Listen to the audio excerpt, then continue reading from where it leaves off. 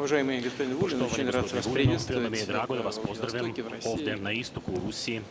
Надеюсь, что Ja se nadam da ваша деловая поездка da будет vaše poslovno и успешной, putovanje и će biti полезной. uspješno i korisno za vas.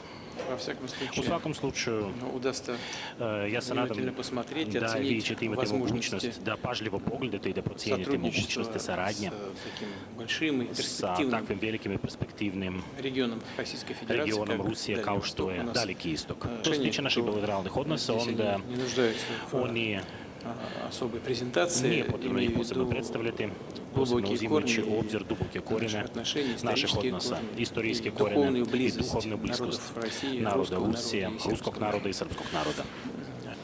Poštovani gospodine predsjedniče, za mene je velika čast što imam privilegiju da razgovaram sa vama i verujte da je to veliko ohrabrenje za sve Srbe, gde god živeli. Jer kada Rusija brine o Srbiji, kada je stalo kako Srbija živi, šta Srbija radi, onda je nama Srbima lakše. I mi znamo da gde god se čuje glas Rusije, čuje se i glas Srbije. Gde god uspeju ili pokušaju da eliminišu mogućnost da Rusija glasno govori, mi znamo da tu neće biti ni glasa Srbije.